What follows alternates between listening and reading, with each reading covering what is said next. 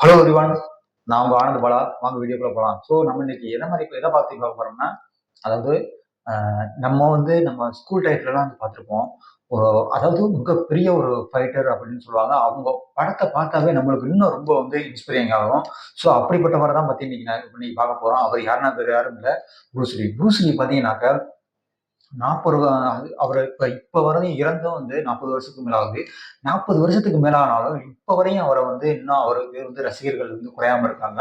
So அந்த அளவுக்கு அவர் இருக்கிறாருன்னா, அவர் என்ன மாரி சாதனை பண்ணாரு? அவர் எந்தெந்த நிலைமையில எப்படி கடந்து வந்தாரு? அதையும் பார்க்க போறோம். அது மட்டும் இல்லாம, அவர் சொன்ன 7 விஷயங்கள அதையும் பார்க்க போறோம். அந்த 7 விஷயங்கள்ல மிக முக்கியமான பாயிண்ட்கள்லாம் இருக்குது. ஸோ அதையும் பார்க்கலாம். ஸோ வாங்க. அதாவது இதுல பாத்தீங்கன்னாக்கா, அவங்க அம்மா, அப்பா அ அமெரிக்காவுல வேலை பார்க்குறாங்க. அமெரிக்கால வேலை பார்க்கும்போது தான் ப்ரூஸ் லீ பொறக்குறாங்க. ஸோ அவங்க பொறக்குறது பாத்தீங்கன்னாக்கா, அமெரிக்கால 1940ல நவம்பர் 27ஆம் தேதி பிறக்குறாங்க. 27ஆம் தேதி பிறந்து அவங்க இறக்குறத பாத்தீங்கன்னாக்க, அதாவது 1923ல இறந்துடுறாங்க. ஸோ இவங்க அந்த இறக்குறதும் பாத்தீங்கன்னாக்க, ஒரு மர்மமான முறையில தான் இறந்து போறாங்க அப்படின்னு சொல்றாங்க. ஸோ இவங்க பார்த்தீங்கன்னா, இங்க இருந்துகிட்டு இருக்காங்க. அதுக்கப்புறம் கொஞ்ச காலத்துக்கு அப்புறம் சரி ஓகே அவங்க சொந்த ஊரான அதாவது ஹாங்காங்க்கே ரிட்டர்ன் வந்துடுறாங்க.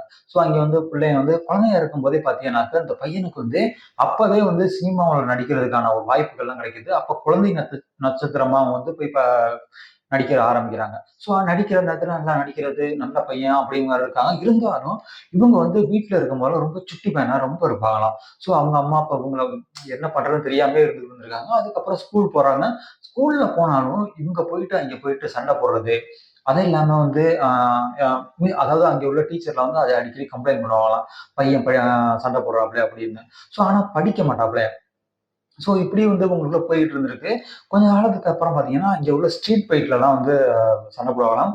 அதாவது தெருகள்ல போயிட்டு சண்டை போடுறது, இந்த மாரி வைக்கிறது. நம்ம ஸ்கூல்ல சின்ன பிள்ளைங்கலாம் பார்த்தீங்கன்னாக்க, போயிட்டு சண்டை போடுவான். சண்டை போட்டு இந்த மாரி ஸ்கூல்ல சண்டை போடுறது, அந்த மாரி பிரச்சனைலாம் வரும். ஸோ அந்த மாரி ஒரு ஸ்ட்ரீட்ல போயிட்டு சண்டை போடுறது, இந்த மாரி எல்லாம் பண்ணிட்டு இருந்திருக்காரு. இவருக்கு அதிகமா இந்த ஃபைட் பண்றது அதிகமா பிடிக்குமாம்.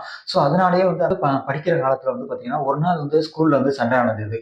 சண்டை நடந்தோனே அப்போ அவங்க ஸ்கூல் டீச்சர் கூப்பிட்டு, இது மாதிரி நம்ம ஸ்கூல் இன்னொரு ஸ்கூலோட ஒரு காம்படிஷன் இருக்கு. Boxing competition. இங்க தான் நீ எல்லாரையும் போட்டு அடிக்கிற. நீ அதே மாதிரி அங்கேயும் போயிட்டு அடிச்சு வின் பண்ணி பாரு அப்படின்னு அவங்க சொல்லியிருக்காங்க. அதாவது தமாஷா சொல்லியிருக்காங்க. ஓகே நான் போய் பண்றேன் அப்படிங்கிற மாதிரி அந்த காம்படிஷன்ல இவர் கலந்துக்கிறாரு. ஸோ இந்த இதுல பார்த்தீங்கன்னாக்க, இவர் அந்த அந்த பாக்ஸிங் போறதுக்கு முன்னாடியே இவர் மார்ஷியல் ஆர்ட்ஸ் அப்படிங்கிற ஒரு பாக்ஸிங் கத்துக்கிறேன்னு நினைக்கிறாரு. ஸோ இந்த பாக்ஸிங் கத்துக்கிறதுக்காண்டி இவர் தேர்ந்தெடுக்கப்பட்ட ஒரு ஆசிரியர் யாருன்னு பார்த்தீங்கன்னா, ஹிட்மேன். அவங்க ஒரு பெரிய ஆளு. அவங்க அவங்கள்ட்ட தான் போயிட்டு இந்த பாக்ஸிங்லாம் கத்துக்கிறாரு. அந்த காம்படிஷனுக்கு முன்னாடி. அதுக்கப்புறம் அந்த காம்படிஷன்ல கலந்துக்கிறாரு. ஒவ்வொரு இதுலயும் இவர் போனோனே எல்லாரும் இவர் உடம்ப பார்த்து எல்லாம் சிரிக்கிறாங்க. சிரிச்ச உடனே இவர் அப்படியே அந்த அளவுக்கு போயிட்டு அந்த எல்லா லெவல்லயுமே அடிச்சு ஜெயிச்சு வர்றாரு. ஃபைனலா 2 பேர் இருக்காங்க. அந்த ஆப்போசிட்ல உள்ளவர் பார்த்தீங்கன்னாக்க, 3 வருடமா அந்த இதுல அவர் தான் வின் பண்றவரு. அவர அடிச்சுக்கிட யாருமே கிடையாது. ஸோ அந்த அளவுக்கு உள்ள அந்த பையன இவரு அடிக்க போறாரு. ஸோ பார்க்கும்போது இவர் எல்லாத்தையும் கத்துக்கிட்டு நல்லா பாக்ஸிங்லாம் நல்லா கத்துக்கிட்டு, அதிலேயே இருந்தனால போய் அவரையும் அடிச்சு ஜெயிக்கிறாரு. அப்ப அவர் பேச்சு தான் அந்த ஹாங்காங் ஃபுல்லாமே பேசப்படுது. ஸோ அதுக்கப்புறம் என்ன பண்றாங்கன்னா, இந்த மாரி சண்டை வந்துகிட்டே இருக்கனால, இவங்க ஸ்ட்ரீட்ல போயிட்டு அடிக்கிறது, இந்த மாரி பிரச்சனைலாம் அதிகம் பண்ணிட்டு இருக்கனால, அவங்க அம்மா, அப்பா என்ன பண்ணாங்கன்னாக்க, இவர உடனே கூட்டு அதாவது அமெரிக்கா அனுப்பிச்சு வச்சுர்றாங்க. ஸோ அமெரிக்கா நீ போயிரு அப்படின்ட்டு அங்க அனுப்பிச்சு வச்சுர்றாங்க. இவங்க என்ன பண்றாங்கன்னா, ஏன்னா இந்த மாரி ஊர்ல சண்டை போட்டுக்கிட்டே இருக்கான். இந்த மாரி இருந்தாக்க நம்ம என்ன பண்றது? ஏதாவது வேற மாரி ஆயிரும் அப்படிங்கிறனால, இவன உடனே அவர் அனுப்பிடுறாங்க. இவரு போயிட்டு அங்க போயிட்டு அங்க இந்த மாரி பயிற்சிலாம் எடுத்துக்கிட்டு இருக்காங்க. எடுத்துக்கிட்டு இருக்கும்போது அங்க ஒரு ஸ்கூல் ஃபங்ஷனுக்கு அந்த பையன் அவர கூப்பிடுறாங்க, இன்வைட் பண்றாங்க. இன்வைட் பண்ணும்போது பார்த்தீங்கன்னாவே, ஃபங்ஷனுக்கு போனவுடனே ஓகேன்ட்டு இவரு போயிட்டு ஸ்டேஜுக்கு போறாரு. ஸ்டேஜுக்கு போயிட்டு ஒரு பல்கா உள்ள ஒரு ஆள கூப்பிடுறாரு. எல்லாம் சிரிக்கிறாங்க அவர பார்த்துட்டு. ஏன்னா இவரு குள்ளமா இருக்க ஒரு குட்டியா இருக்காரு.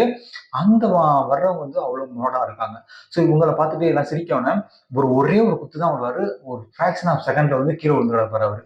எல்லாம் ஆச்சரியப்பட்டு போயிடுவாங்க. அப்ப அமெரிக்கால எல்லாருமே இவரோட ஃபேன் ஆயிட்டாங்க. அந்த அளவுக்கு இவர் பாக்ஸிங்ல இருந்திருக்காங்க. ஸோ இதை வந்து அந்த நேரத்தில் வந்து என்ன பண்றாங்கனாக்க இவர் பாக்ஸிங்லாம் எல்லாருக்கும் கற்றுக் கொடுக்குறாரு இங்கே அமெரிக்கன்ஸ்க்கு. ஸோ இது வந்து பிடிக்காம என்ன பண்றாங்கன்னா சைனீஸ் என்ன பண்றாங்கன்னா, ஓகே இதை வந்து நம்மளோட கலை, இதை வந்து நீங்க வந்து உங்களுக்கு கற்றுக் கொடுக்க கூடாது, அதாவது விளக்காரங்களுக்கு கற்றுக் கொடுக்க கூடாது, நீ வந்து இதை வந்து நிப்பாட்டணும் அப்படிங்கிற மாதிரி சொல்றாங்க. ஸோ நான் நிப்பாட்ட முடியாது அப்படின்னு சொன்னோன்னா உடனே ஓகே ஒரு காம்படிஷன் வைக்கிறாங்க. ஸோ அந்த காம்படிஷன் அப்போ உள்ள அங்கே உள்ள ஒரு மிகப்பெரிய ஒரு பாக்ஸரு. ஸோ அவருக்கும் இவருக்கும் பாக்ஸிங். ஸோ இதுல வந்து பாத்தீங்கன்னா இந்த பாக்ஸ்ல நீ வின் பண்ணிட்டா நீ எல்லாருக்கும் சொல்லிக் கொடுக்கலாம், அப்படி நீ வின் பண்ணலன்னா நீ வந்து இதை விட்டு ஓடிடணும், நீ வந்து இந்த ஊரை விட்டு போயிடணும் அப்படின்னு சொல்லிடுவாங்க. ஸோ அப்போ வந்து சண்டை நடக்கும்போது அது அந்த ஆப்போசிட் பர்சன் பார்த்தீங்கன்னா 3 நிமிஷத்துல வந்து கீழே சாதிச்சிருவாரு.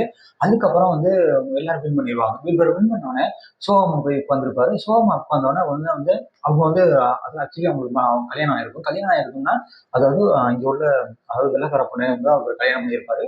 ஸோ அதுக்கப்புறம் என்ன பண்ணாங்கன்னாக்கா இவர் வந்து சோகமா பார்த்தோன்னா போய் மனைவி கேட்குறாங்க, ஏன் சோகமா தான் வின் பண்ணிட்டீங்களா அப்படின்னு கேட்குறாங்க.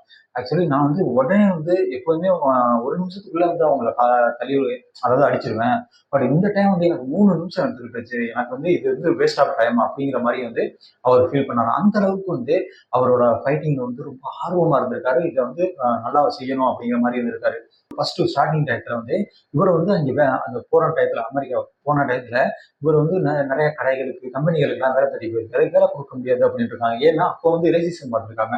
ஸோ நீ ஏசின் தானே, ஏசின் உனக்கெல்லாம் அப்படி கொடுக்குறது, உனக்கெல்லாம் கொடுக்க முடியாது, வேலை கொடுக்க முடியாது, நீ போய் பார்த்துக்க, வேற எங்கன்னா போ அப்படிங்கிற மாதிரி வந்து சொல்லியிருக்காங்க. ஸோ இதனாலேயே வந்து இவர் வந்து அதிகமா வந்து ஸ்ட்ரீட் ஃபைட் இந்த மாதிரி எல்லாம் ஃபைட்டிங்ல வந்து அதிகமா ஈடுபட்டிருக்காரு. இதுக்கப்புறம் தான் வந்து ஒரு மிகப்பெரிய ஒரு ஆப்பர்ச்சுனிட்டிஸ் வந்திருக்கு. அதுதான் மூவி. இந்த மூவில வந்து இவர் வந்து பெரிய லெவல்ல போய் அதுக்கப்புறம் வந்து ஹாங்காங்ல வந்து மிகப்பெரிய வந்து மூவியெல்லாம் நடிச்சுக்கிட்டு இருந்திருக்காங்க. அப்போ வந்து நடிக்கும் போது பாத்தீங்கன்னா நம்ம எல்லாம் பார்ப்போம், பாத்தீங்கன்னா புரூஸ்லி படம் எல்லாம் பார்ப்போம். ஸோ அந்த படத்துல வந்து அதாவது நடிக்கும் போதே பாத்தீங்கன்னா ஒரு அந்த அளவுக்கு ஸ்பீடா வந்து அந்த பாக்ஸ் சண்டை காட்சியெல்லாம் நடக்குமா. ஸோ இதனாலே வந்து டைரக்டர் என்ன பண்ணுவாருனாக்க இவர் நடிக்கிறது வந்து அதை வந்து ஸ்லோ மோஷன்லேயே காமிப்பாங்க. ஏன்னா அந்த அளவுக்கு ஒரு பாஸ்டர் செய்யறது வந்து இவங்க ஸ்லோ மோஷன்ல காமிப்பாங்கன்னா, ஏன்னா வந்து இவர் செய்யறது பார்த்தீங்கன்னா 1500 தடவை வந்து புஷ்அப்ஸ் பண்ணுவாராம். அது மட்டும் இல்லாம வந்து ஒரு அதாவது ஒரு கையில வந்து பாத்தீங்கன்னாக்கா 400 தடவை வந்து புஷ்அப்ஸ் பண்ணுவாராம். நம்ம நார்மலா பண்ணாவே 100 அதுவே வந்து அதிகம் தான். ஸோ இவர் வந்து இந்த அளவுக்கு பண்ணியிருக்காரு. அதாவது 2 விரல்ல வந்து பாத்தீங்கன்னா 200 தடவை வந்து புஷ்அப்ஸ் பண்ணுவாராம். ஒரு விரல்ல வந்து அதாவது கட்ட விரல்ல வந்து பாத்தீங்கன்னாக்கா 100 தடவை வந்து புஷ்அப்ஸ் பண்ணுவாராம். அந்த அளவுக்கு வந்து இவர் வந்து அந்த புஷ்அப்ஸ் பண்றது இவர் வந்து எக்ஸசைஸ். ஸோ இதுல வந்து இவருக்கு வந்து 2வது பாயிண்ட் பாத்தீங்கன்னாக்கா இவர் வந்து ஒரு 5 கேஜி உள்ள ஒரு அதாவது ஒரு ஒரு பஞ்ச் பண்றத வந்து பாத்தீங்கன்னாக்கா அதாவது 5 அடி உயரம் வரையும் வந்து ஒரு பஞ்ச் பண்ணாலும் 5 அடி வரையும் வந்து அந்த அளவுக்கு போமா. அது மட்டும் இல்லாம ஒரு செகண்ட்ல வந்து ஒரு இதை வந்து அனுப்புவாரு அப்படிங்கிற மாதிரி சொல்றாங்க. இதுல வந்து பாத்தீங்கன்னா அதாவது ஒரு செகண்டுக்குள்ளேயே வந்து அதாவது 9 டைம் வந்து பஞ்ச் பண்ணுவாராம். நம்ம வந்து நார்மலா வந்து ஒரு செகண்ட்ல எத்தனை பஞ்ச் பண்ணுவோம், 2 1 மேக்ஸிமம் பண்ணுவோம். ஸோ அவர் வந்து 9 டைம் வந்து அந்த பாக்ஸிங்ல வந்து அதை வந்து பஞ்ச் பண்ணுவாரு அப்படிங்கிறாங்க. அதுவும் இல்லாம வந்து ஷூட்டிங் டைம்லயும் வந்து ஸ்லோ மோஷன் டவுன் இந்த ஸ்லோ டவுன் இந்த கொஞ்ச நேரத்துக்கு சொன்ன மாதிரி வந்து பாத்தீங்கன்னாக்க அவர் வந்து அந்த அந்த சண்டை பயிற்சியெல்லாம் வந்து ஸ்லோ மோஷன்ல தான் காமிப்பாங்க. ஏன்னா அந்த அளவுக்கு ஸ்பீடா வந்து இவர் வந்து பண்ணுவாரு அப்படிங்கிற மாதிரி சொல்றாங்க. 5வது தடவை பாத்தீங்கன்னாக்க இருந்தாலும் அதாவது ஒரு அடிச்சான்னா அந்த அளவுக்கு காத்து மாதிரி போய் விடுவாங்களாம். அந்த அளவுக்கு ஸ்பீடா வந்து இவர் வந்து ஃபைட் பண்ணுவாரு, பஞ்ச் பண்ணுவாரு அப்படிங்கிறாங்க. இதுதான் சொல்றாங்க. ஸோ அதுக்கப்புறம் பாத்தீங்கன்னா மிக முக்கியமானது வந்து ஒரு 5 விஷயம் முக்கியமான விஷயம் பாத்தீங்கன்னா the more we value things value our self அப்படிங்கிறாரு. அதாவது நம்மளை சுத்தி இருக்கிற பொருளை எந்த அளவுக்கு வேல்யூ பண்றோமோ அந்த அளவுக்கு வந்து நம்மளும் வந்து நம்ம வேல்யூ பண்ணிக்கிறணும் அப்படிங்கிறாரு. ஸோ அது மட்டும் இல்லாம பாத்தீங்கன்னா நம்ம வந்து எப்போதுமே தண்ணி மாதிரி இருக்கணும். தண்ணி மாதிரினாக்க அதாவது நம்ம எப்படி வேணாலும் வளைஞ்சு கொடுத்து போற மாதிரி இருக்கணும். அப்பதான் வந்து நம்ம வந்து ஒரு இடத்துல வின் பண்ண முடியும் அப்படிங்கிறாங்க. ஸோ நம்ம ஸ்ட்ரென்த்தா நம்ம இது முடியாது அப்படின்னு சொல்லாம தண்ணி வளைஞ்சு எங்கெங்கேயும் போதோ அது எந்த வழியிலையும் வேணாலும் போயிடும். ஸோ அந்த மாதிரி தான் வந்து நம்ம வந்து அதுக்கு தகுந்தாப்புல நம்ம வந்து மாத்திக்கிறணும் அப்படிங்கிறாங்க. அதாவது மீனும் வந்து பாத்தீங்கன்னாக்க எப்படி வேணாலும் வளைஞ்சு வளைஞ்சு அதை இங்க இல்லைன்னா அடுத்து இது இல்லைன்னா அடுத்து அப்படின்னு வளைஞ்சு வளைஞ்சு போயிடும். அதே மாதிரி இவங்க வந்து தண்ணி மாதிரி இருக்கணும் அப்படிங்கிற மாதிரி 2வது பாயிண்ட் சொல்றாரு. 3வது பாயிண்ட் பாத்தீங்கன்னா பார்த்திருக்கல, நீங்க பிறந்தது உங்களோட நீங்க சாதிக்கிறதுக்காண்டி தான். நீங்க வந்து அடுத்தவங்களுக்காண்டி எதுவும் பண்ணி நீங்க ஒண்ணும் பண்ண போறது அது இல்லாம அது மாதிரி அடுத்தவங்க வந்து உங்களுக்கு வந்து பிறக்க கிடையாது. அதே மாதிரிதான் வந்து இதுதான் வந்து 3வது பாயிண்ட சொல்றாரு. உங்களுக்காக யாரும் பிறக்க கிடையாது, அவங்க அடுத்தவங்களுக்காண்டி அடுத்தவங்க வந்து உங்களுக்காண்டி பிறக்க கிடையாது. அவங்களுக்கு இன்னும் அவங்க பண்ணுவாங்க, உங்களுக்கு இன்னும் நீங்க பண்ணிதான் ஆகணும்.